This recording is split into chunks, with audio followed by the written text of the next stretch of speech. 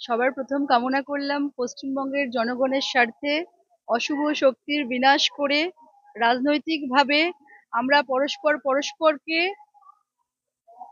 খুব অ্যাক্টিভ ভাবে যাতে আমরা পশ্চিমবঙ্গের অশুভ শক্তির বিরুদ্ধে লড়তে পারি রাজনৈতিকভাবে, এবং আমরা বিজেপিকে প্রতিস্থাপিত করতে পারি এবং সরকার বদল করতে পারি। ব্যাস, পশ্চিমবঙ্গের অশুভ শক্তির বিনাশ হোক, পশ্চিমবঙ্গের স্বার্থে তথা ভারতবর্ষের স্বার্থে আমরা সবাই মিলে যাতে এই সরকারের পতন ঘটাতে পারি গণতান্ত্রিক পদ্ধতির মাধ্যমে, জনকল্যাণের স্বার্থে। অবভিয়াসলি যতক্ষণ এই সরকারের পরিবর্তন হচ্ছে না ততক্ষণ প্রত্যেকটা শ্রেণীর মানুষ, মানে একদম টপ টু বটম সবাই সাফার হচ্ছে। শান্তি চাইলাম, যেন দায়িত্ব পালন করতে পারি সবার প্রতি। বলুন। কালকে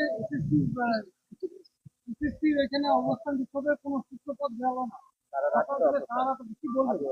সে ধর্ণা বলুন বা সরকারের সঙ্গে মিটিং, দুটোই নিষ্ফলা হবে, কারণ ওখানে সমাধান বেরোবে না।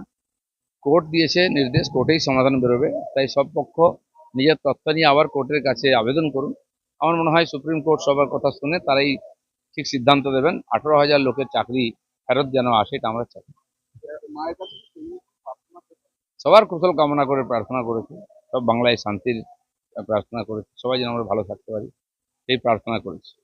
কালকে মুখ্যমন্ত্রী বলেছেন 10,000 লোকের চাকরি দিবে, কি বলবেন? তারা কোথাকার লোক? বিহার, ইউপি না পশ্চিমবাংলার? কেউ চাকরি পেয়েছে জানি না। এখানে 3 জন সিভিক পুলিশ আছেন, তারা বলে আমাদের যা পয়সা তাতে চলে না। এই চাকরির কি মানে হয়?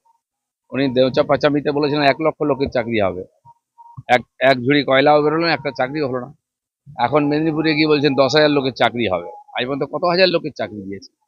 কোনো অভ্যাস টাইম মিথ্যা কথা বলা, সেটাই বলছেন। আমি তো মুর্শিদাবাদে সেদিন ছিলাম যেদিন গন্ডগোল শুরু হয়, 11 তারিখ রাত 10টার সময় পার হয়ে, যখন তখন আগুন জ্বলছিল।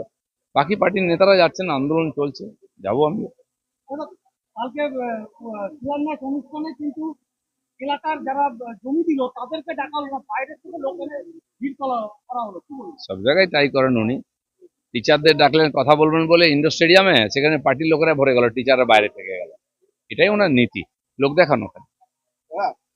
সিনিয়র ডাক্তাররা, এসএসসি যারা চাকরিরা তাদের পাশে রয়েছে সব রকম সাহায্য করার জন্য। কোনো ডাক্তাররা নয়, ডাক্তাররা যেমন আছেন, সাধারণ মানুষ পশ্চিমবাংলার সবাই চাকরি হারাদের সঙ্গে আছে, এবং সেই পীড়িতা ডাক্তারের পরিবারের সঙ্গে আছে। যারা এই যে হাজার হাজার মানুষ মুর্শিদাবাদ থেকে হিন্দুরা পালিয়ে গেছেন অত্যাচার, তাদের সঙ্গে আমরা আছি।